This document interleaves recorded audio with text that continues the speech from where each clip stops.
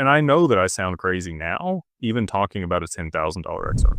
People are like, get out of here, dude. Like 10 to 13 bucks is the top on this cycle. Just stop talking about these crazy numbers. But in reality, if you look at the global macroeconomics and you look at the value proposition for the network itself, I'm highly confident that it will achieve those numbers. And it is because, if you looked at the market cap at that point, it would seem incomprehensible to most people to have quadrillions or septillions of dollars on chain. How? Right? But the difference here is stocks are all available to be traded. All those units are available to be traded at all times. So that demand, whatever it is on the stock and whatever it's priced at, is a correlation to the total outstanding shares versus what it's trading at. These cryptocurrencies can be held away, right? And so that you've already seen some of this with Bitcoin. There's a ton of Bitcoin that's been lost. There's a ton of Bitcoin that people just hold that they're never going to sell for any reason.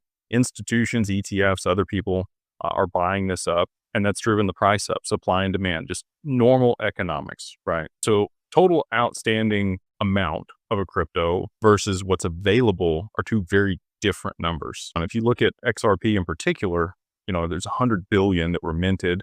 There's less than that now because a little bit's burnt every single day. It'll last, close to 50,000 years at the current burn rate, which people are like, oh, it's all going to get burned up. Not anytime soon.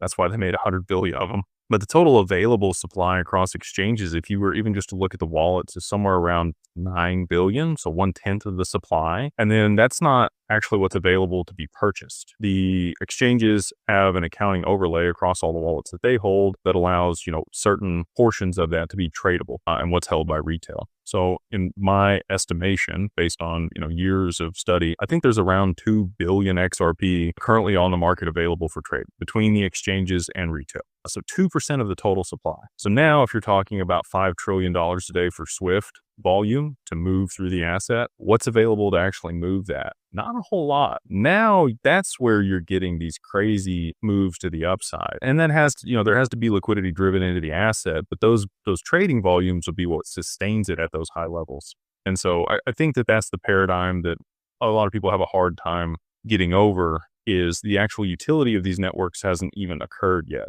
All of this is speculative, but they need to be, again, like I mentioned earlier, once they drive the liquidity into these networks and issue stable coins and there's volume, then they'll be able to use it in the capacity that a lot of the people that are invested here are hopeful for. That's how I think we can get to these crazy high valuations, is again, just traditional supply and demand, but a much smaller supply than people think is what's available. And then I think the demand for these assets, when there actually is utility, will be